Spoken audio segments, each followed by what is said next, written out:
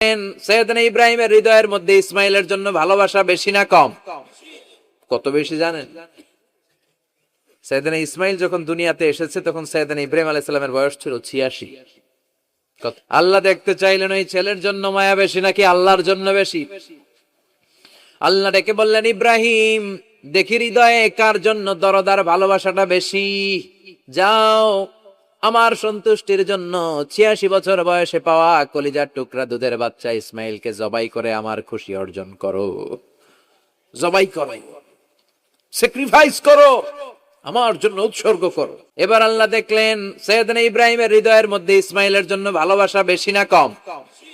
কত বেশি জানেন? সৈয়দনা ইসমাইল যখন দুনিয়াতে এসেছে তখন সৈয়দনা ইব্রাহিম আলাইহিস সালামের বয়স ছিল 86। কত? আপনাকে বাগেরহাটে 86 বছর বয়সে কারো বাচ্চা কাচ্চা হয়? হ্যাঁ, আছে এরকম পালোয়ান? আছে কেউ?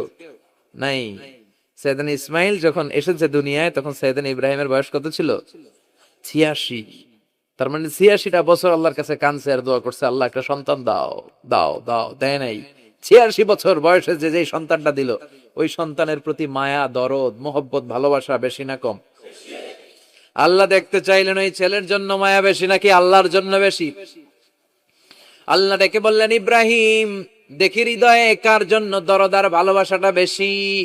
যাও আমার সন্তুষ্টির জন্য 86 বছর বয়সে পাওয়া কলিজার টুকরা দুধের বাচ্চা ইসমাইলকে জবাই করে আমার খুশি অর্জন করো। জবাই করো, স্যাক্রিফাইস করো, আমার জন্য উৎসর্গ করো। এরপর ওনার ছেলের সাথে কি বললেন আছে না নাই?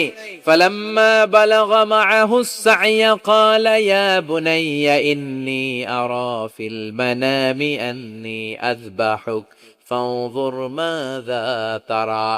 দুধের বাচ্চা ছোট্ট ইসমাইল ডেকে বলে, ও ইসমাইল আমি স্বপ্নে দেখেছি আমি তোমারে জবাই করছি, এখন কি করব? সুবহানাল্লাহ।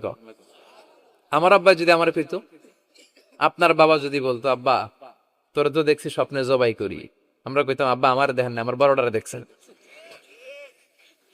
কথা কন।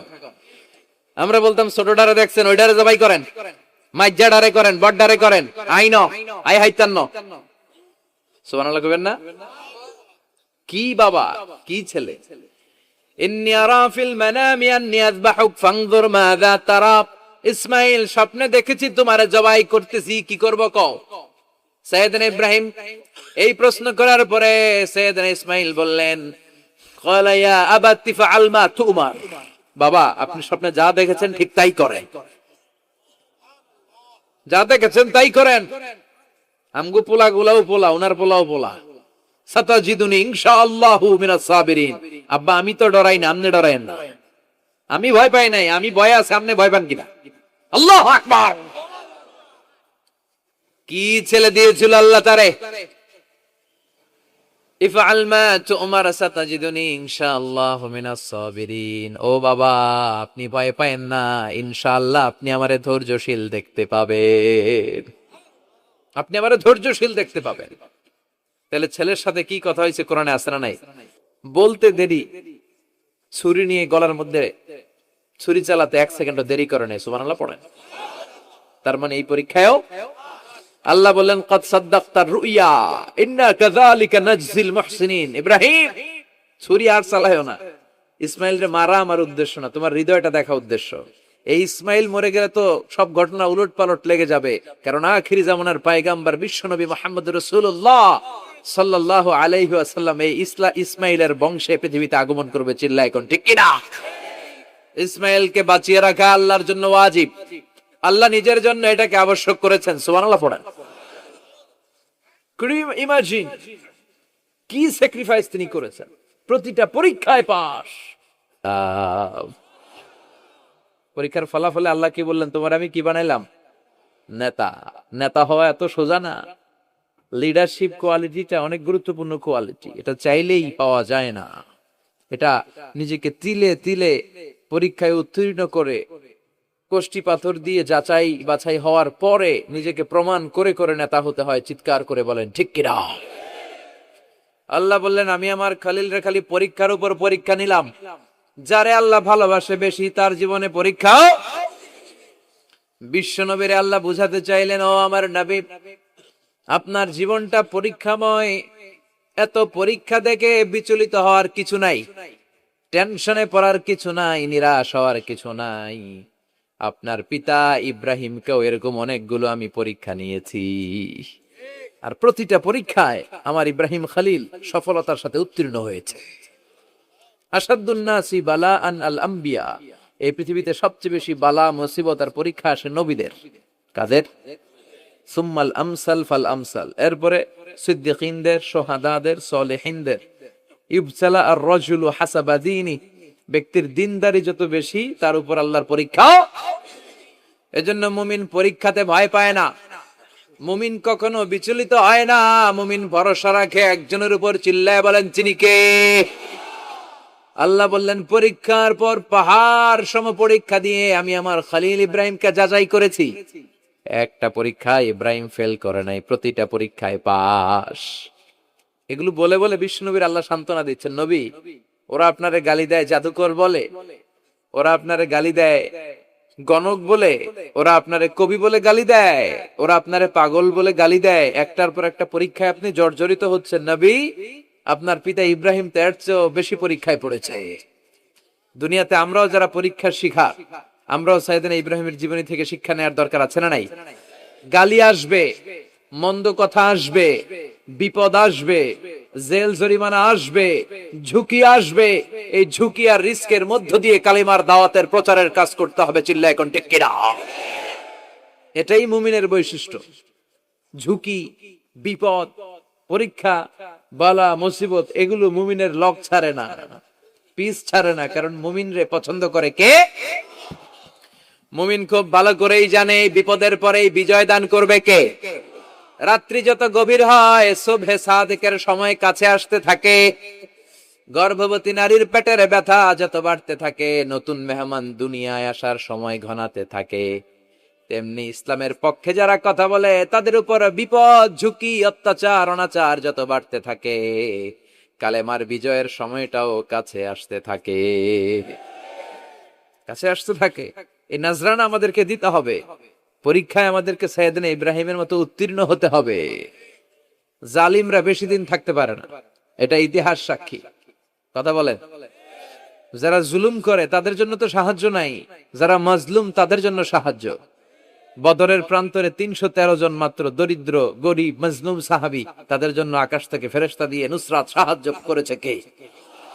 তার মানে মাজলুম আল্লাহর পক্ষে আর জালিমের বিপক্ষে, ঠিক কি না? জালিমের জন্য কোনো সাহায্য নাই, বরং দুনিয়ায় যারা জুলুম করে তাদের ক্ষমতা বেশি দিন থাকে না। ফেরাউন বেশি দিন থাকে নাই, থাকছে? নমরুদ বেশি দিন থাকে নাই, থাকছে? থাকতে পারে না। যারা দুনিয়াতে রক্ত ঝরায় এরা থাকতে পারে না, বরং যাদের রক্ত ঝরে তাদেরকে আল্লাহ বিজয় দিয়ে দেয়। আর যারা রক্ত ঝরায় এদের শেষ রক্ষাও হয় না, এরা জান নিয়ে পালাবার সুযোগ পায় না। কথা বলেন। এজন্য পরীক্ষা আসলে মুমিন ভয় পাবে। মুমিনের হৃদয়ে ভয় আছে কার? চিল্লায় বলেন, আল্লাহর ভয় নিয়ে থাকতে হবে। সাইয়েদনা ইব্রাহিমকে একটার পর একটা পরীক্ষায় আল্লাহ ফেলেছেন, একটার পর একটা পরীক্ষায় আল্লাহ ফেলেছেন, কিন্তু এই পরীক্ষায় তিনি গোল্ডেন এ প্লাস। সুবহানাল্লাহ পড়েন। রব্বুল আলামিন বলেন, ওয়া ইয বিতালা ইব্রাহিম রাব্বুহু বিকালিমাতিন ফাতাম্মাহুন্না ক্বালা ইন্নী জাইলুকা লিন-নাসি ইমামা। ও খলিল, একটার পর একটা পরীক্ষা আমি তোমার জীবনে নিয়েছি। বিশ্বনবীরে বললেন, আমার ইব্রাহিমের উপর একটার পর একটা পরীক্ষা আমি নিয়েছি, ইব্রাহিম প্রতিটা পরীক্ষায় পাস। আর খুশি হয়ে আমি বললাম, ইব্রাহিম, আমি তোমার নেতা বানায় দিলাম। আল্লাহ put Sayyidina Ibrahim in some tests and trials, and Sayyidina Ibrahim successfully overcome all the tests. Allah said, Ibrahim, I'm gonna make you the leader. Ibrahim, আমি তোর লিডার বানাই দেব। এই ফলাফল স্বরূপ তোমার আমি গোটা বিশ্বের নেতা বানাই দিব। I'm gonna make you the leader. এজন্য সাইয়েদনা ইব্রাহিমকে নেতা বানাই দিলেন কে? একটার পর একটা পরীক্ষা তিনি দিয়েছেন। একটাও সাধারণ পরীক্ষা ছিল না, সব ভয়ঙ্কর পরীক্ষা। পরীক্ষাগুলো ছিল অগ্নি পরীক্ষা। পরীক্ষা নাম্বার 1, ইলকাউহু ফিন্নার, আগুনের পরীক্ষা। নমরুদ বলে, ইব্রাহিম, ঈমান ত্যাগ করো, না হলে আগুনে ফেলবো। কোথায় ফেলবো? সৈয়দনা ইব্রাহিম বলে আমার জীবন যাবে কিন্তু ঈমান যাবে, ঈমানের পথে অবিচল থেকে আমার মরণ যেন হয়। তোমারই কাছে মিনতি আমার, তোমারই কাছে মিনতি আমার, মহামহিম দয়াময়, ঈমানের পথে অবিচল থেকে আমার মরণ যেন হয়। পড়ে না আমিন। নমরুদ বলে ইব্রাহিম ঈমান ছাড়ো, তা না হলে আগুনে ফেলবো। ইব্রাহিম বলে জীবন যাবে কিন্তু ঈমান যাবে। তার মানে পরীক্ষায় পাস, আগুনে ফেলে দেয়া হলো, ঈমান হারা করতে পারে নাই নমরুদ। তার মানে আগুনের পরীক্ষায় নাকি ফেল না পাস? পরীক্ষা নাম্বার 1। পরীক্ষা নাম্বার 2 আল্লাহ বললেন ইব্রাহিম কলিজার টুকরা সন্তান ইসমাইলকে আর প্রিয়তমা স্ত্রী হাজারকে মক্কার ধুধু প্রান্তরে রেখে আসো, যেখানে কোনো মানুষ নাই, কোনো পাখি নাই, কোনো প্রাণী নাই, কোনো খাওয়ার পানিও নাই, কেউ নাই, জনমানব শূন্য এলাকার মধ্যে ফ্যামিলির সবাইকে রেখে আসো, ইসমাইলরেও রেখে আসো, হাজারকেও রেখে আসো। কোনো টু শব্দ করলেন না। সাইয়েদনা ইব্রাহিম কিছু জিজ্ঞেস করলেন না, বলার সাথে সাথে ওনার স্ত্রী আর কলিজার টুকরা বাচ্চাটারে মক্কার ধুধু প্রান্তরে রেখে দিয়ে আসলেন। এই পরীক্ষায়ও কথা বলেন, এই পরীক্ষায়ও আমাদেরকে যদি আল্লাহ বলে যাও তোমার সন্তান তোমার স্ত্রীকে রেখে আসো সাহারা মরুভূমিতে, পারবেন? হ্যাঁ, কি পরীক্ষা দিয়ে আল্লাহর প্রিয় হয়েছেন। তার মানে আগুনের পরীক্ষায় পাস, ফ্যামিলি বিসর্জন দেওয়ার পরীক্ষায় পাস। আবার আল্লাহ বললেন ওয়াজআলনা ফি যুররিয়াতিহিন নুবুওয়াতা ওয়াল কিতাব, আমি খুশি হয়ে এই ইব্রাহিমের বংশের মধ্যে নবুয়ত দিয়েছি, আবার কিতাবও দিয়েছি। সুবহানাল্লাহ বলেন। তিনি নবুয়ত দিয়েছেন। পৃথিবীতে যত নবী আসছে সব সাইয়েদনা ইব্রাহিমের নাতিপুতি। সব কি বিশ্বাস হয় না? এই পৃথিবীতে যত পয়গম্বর এসেছেন তার 99.99% নবীরাই ওনার ছেলে আর নাতিপুতি। চিল্লায় পড়েন আল্লাহু আকবার। এজন্য ওনারে বলা হয় আবুল আম্বিয়া, father of the all prophets, সব নবীদের বাবা। ওনার বয়স যখন 86 তখন আল্লাহ সাইয়েদনা ইসমাইলকে দিলেন। বয়স যখন 100 তখন সাইয়েদনা ইসহাক আলাইহিস সালামকে আল্লাহ দিলেন। এইদিকে ইসমাইল, এদিকে সবাই বলেন এদিকে, এদিকে সবাই বলেন এটা, এটা ইসহাক। পৃথিবীতে যত নবী এসেছে সব ইসহাকের চ্যানেলে এসেছে। সাইয়েদনা ইসহাক আলাইহিস সালামের চ্যানেলে এসেছে।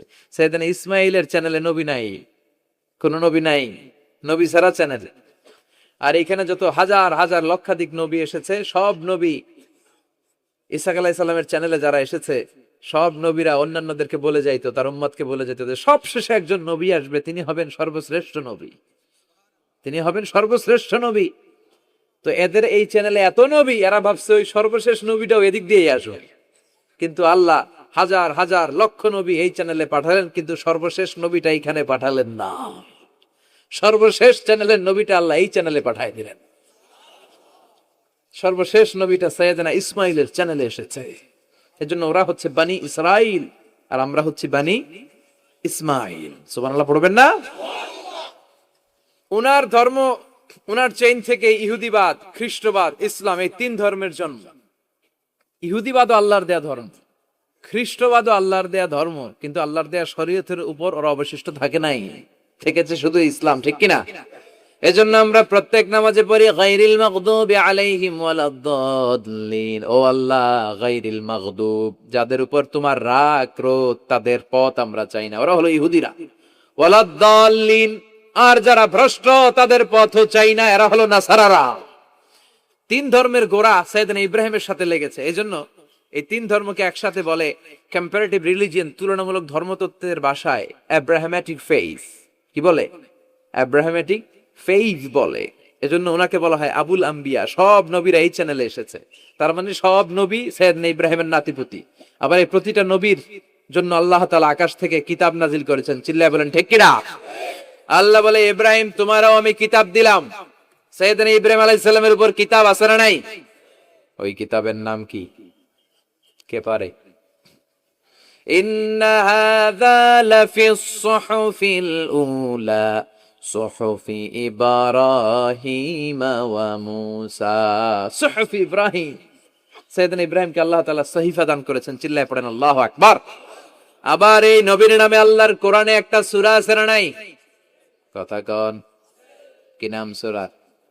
সূরা আলিফ লাম রা। কিতাবুন আনজালনাহু ইলাইকা লিতুখরিজান নাসা মিনাল যুলুমাতি ইলান নূর। সুবহানাল্লাহ পড়েন। আলিফ লাম রা, I have revealed this holy and sacred book unto you in order to lead the mankind out of darkness into the light. ও নবী, আমি এই কিতাবকে আপনার কাছে পাঠিয়েছি অন্ধকারাচ্ছন্ন মানুষগুলোকে অন্ধকার থেকে আলোর দিকে নিয়ে যেতে। এই কোরআনের ভেতরে আলো আছে না নাই? সবকিছুর সমাধান আছে না নাই? সমাধান চাও যদি জীবনে মরণে, ফিরে যাও খুঁজে নাও চোখ রাখো কোরআনে। সুবহানাল্লাহ পড়েন। চোখ রাখবেন কোথায়? নাকি মোবাইলে, না টিভিতে, না এটিএন বাংলার পর্দায়? আসিতেছে আগামী শুক্রবার রঙিন পর্দায়, চোখ রাখুন এটিএন বাংলায়। এটিএন বাংলায় চোখ রাখবেন? কই রাখবেন? সমাধান চাও যদি জীবনে মরণে, ফিরে যাও খুঁজে নাও চোখ রাখো কোরআনে। ঠিক কিনা? If you want the solution this dunya and akhira, go back, have a look to the holy Quran. সুবহানাল্লাহ পড়েন। কি নবী আল্লাহ বানালেন, ওই নবীর নামে আল্লাহ একটা সূরা দিলেন। আবার আল্লাহ বললেন, ও দুনিয়ার মুসলমানেরা শোনো, তোমাদেরকে মুসলমান বলে নাম করেছে এই সাইয়েদনা ইব্রাহিম। ঠিক কিনা? আবার এই নবী সাধারণ কোন নবী নয়, এই নবী হলো তোমাদের জাতির পিতা। আমাগো জাতির পিতা কেডা? কথা কন আরো জোরে, সবাই মিলে বলে, মিল্লাতা আবিকুম ইব্রাহিম হুয়া সাম্মাকুমুল মুসলিমিন। মিল্লাতা আবিকুম ইব্রাহিম, তোমাদের জাতির পিতার নাম, আমাদের জাতির পিতার নাম হুয়া সাম্মাকুমুল মুসলিমিন, তিনিই তোমাদেরকে মুসলমান নামকরণ করেছে। আবার আল্লাহ বললেন, আসলিম ইব্রাহিম, তুমি সবাইরে মুসলমান বানাও, আগে নিজে মুসলমান হও। আসলিম ক্বালা আসলামতু লিরাব্বিল, ও ইব্রাহিম তুমি মুসলমান হও। বলার সাথে সাথে ইব্রাহিম বলে, আল্লাহ দেরি নাই, আমি মুসলমান হয়ে গেলাম। ইহুদিরা দাবি করতো সাইয়েদনা ইব্রাহিম নাকি ইহুদি, নাউজুবিল্লাহ পড়বেন না? খ্রিস্টানরা দাবি করতো সাইয়েদনা ইব্রাহিম নাকি খ্রিস্টান। আল্লাহ বলে, মা কানা ইব্রাহিমু ইয়াহুদিয়াও ওয়ালা নাসরানিয়াও ওয়ালাকিন কানা হানিফাম মুসলিমা। আল্লাহ বলে, আমার ইব্রাহিম ইহুদি নয়, আমার ইব্রাহিম খ্রিস্টান নয়, আমার ইব্রাহিম পাক্কা মুসলমান। হানিফান মুসলিমা, পাক্কা মুসলমান, ওনার ইসলামে কোনো সন্দেহ। এজন্য আল্লাহ খুশি হয় ওনার একটা উপাধি দিলেন। উপাধিটা হলো লা হালিম। ইন্না ইব্রাহিম লা হালিমুন আওয়াহুম মুনিব। আমার ইব্রাহিম সহনশীল, আমার ইব্রাহিম ভদ্র। সুবহানাল্লাহ বলেন। আমাদের বাংলাদেশে আমাদের মুসলমানদের মধ্যে এটার সবচেয়ে বড় অভাব, সহনশীলতা আমাদের নাই। কথা কর, নিজে যেটা বুঝি ওইটাই। আমি তাবলীগ করি, আমি মনে করি আমি হক, বাকি সব বাতিল। এই সমস্যাগুলো বাগেরহাটে আছে না নাই? হ্যাঁ, আমি যদি জামাত ইসলাম করি, আমি মনে করি আমি হক, বাকি একটা দলর আমি হক বলতে চাই না। আছে না এরকম? আমি আহলে হাদিস, সো আমি হক, আর বাকি যা আছে সব বাতিল। আমি কওমি, তো আমি ভালো, আলিয়া সব খালিয়া। কথা কর। আবার আমি আলিয়া, আমি ভালো, কওমিয়া সব শেষ। এই ঠেলা ঠেলা এই দেশে আছে না নাই? এক ইসলাম, এক নবী, এক কোরআন, এরপরে সহনশীলতা নাই। সে অন্য নেশাবে পড়ুক, সে অন্য মতদর্শের হোক, সে তো আমার ভাই। সবচেয়ে বড় পরিচয়, সেও মুসলিম, আমিও মুসলিম। এই চিন্তাটুকু নাই। আল মুমিনুনা ইখওয়া, ব্রাদারহুড, ভ্রাতৃত্বের এই বন্ধনটা আমাদের মধ্যে নাই। আমরা একে অপরকে গালিগালাজ করতে দেরি করি না, একটু চিন্তা করি না। কাফের বলে ফতুয়া দিতেও দেরি করি না। কথা কন, ফতুয়া আছে না নাই? কয় তুই কাফের 10 কারণে, তুই কাফের 20 কারণে, তোর দাদা কাফের, তোর নানা কাফের, তোর পীর সাহেব হুজুর কাফের। আছে না নাই? তোর এই কাফের পীর সাহেব মারা গেলে এই পীর সাহেবের যে কবরে শোয়ানো হবে, ওই কবরের উপরে যে ঘাস উঠবে, ওই ঘাস যে গরু খাবে, ওই গরুর যে দুধ খাবে, ওইটাও কাফের। আছে না নাই? খালি ফতুয়াবাজি। আল্লাহ বললেন আমার ইব্রাহিম ফতুয়াবাজি করে নাই। ইন্না ইব্রাহিম লা হালিমুন আওয়াহুম মুনিব। আমার ইব্রাহিম ছিল সহনশীল, ভদ্র একজন নবী। চিৎকার করে বলতে হবে ঠিক কি না? আবার আল্লাহ বললেন আমার ইব্রাহিমকে আমি খালিল উপাধি দিয়েছি। ইত্তাখাযাল্লাহু ইব্রাহিমা খালিলা। আল্লাহ বললেন গোটা বিশ্বের মধ্যে থেকে কাউরে আমি খলিল বলে গ্রহণ করি নাই, একমাত্র ইব্রাহিমকে ছাড়া। ইব্রাহিম আলাইহিস সালামকে ছাড়া কাউরে আল্লাহ খলিল বানাইছে? খলিল মানে বন্ধু। খলিল মানে, সবাই বলেন খলিল মানে। সাইয়েদনা ইব্রাহিমকে বানাইছেন খলিল, আর বিশ্বনবীকে বানাইছেন হাবিব। বিশ্বনবীর কি বানাইছে?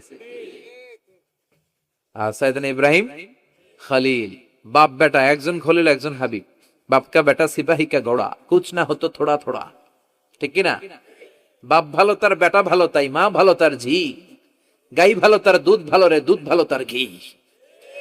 বাবা যদি ভালো হয় ছেলে ভালো, মা যদি ভালো হয় মেয়ে ভালো, গাই যদি ভালো হয় দুধ ভালো, দুধ ভালো তো ঘি ভালো। কথা বলেন। যেমন বাপ তেমন বেটা। বাবা হলেন খালিল, ছেলে হলো হাবিব। খালিল মানেও বন্ধু, হাবিব মানেও বন্ধু। খালিল মানে এমন বন্ধু যেই বন্ধু আল্লাহরে খুশি করার জন্য কাজ করে। কথা বুঝতে হবে।